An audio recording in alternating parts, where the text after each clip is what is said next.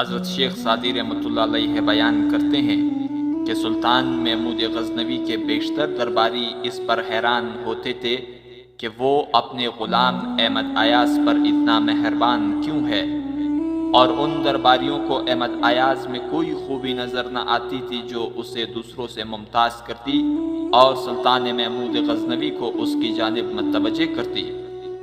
سلطان محمود غزنوی کو جب اپنے ان درباریوں کی حیرانگی کا علم ہوا تو اس نے ارادہ کیا کہ کوئی مناسب وقت آنے پر میں ان کی آزمائش کروں گا اور ان کے اس اعتراض کا انہیں جواب دوں گا۔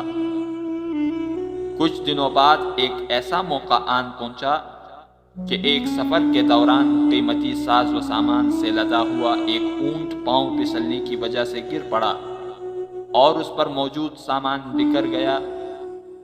سلطان محمود غزنوی نے اپنے درباریوں کو حکم دیا کہ وہ تمام سامان اکٹھا کرے اور جو چیز جس درباری کے ہاتھ لگ گئی وہ اس کی ہوگی۔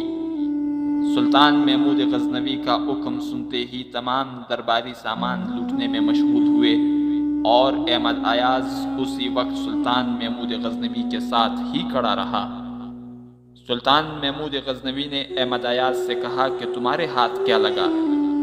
احمد ایاز کہنے لگا کہ میں تو آپ کے ہمراہ تھا۔ سلطان محمود غزنوی نے اپنے ان عاصد درباریوں کو مخاطب کر کے کہا کہ احمد ایاز کی یہی خوبی ہی ہے جو اسے تم سب سے ممتاز کرتی ہے۔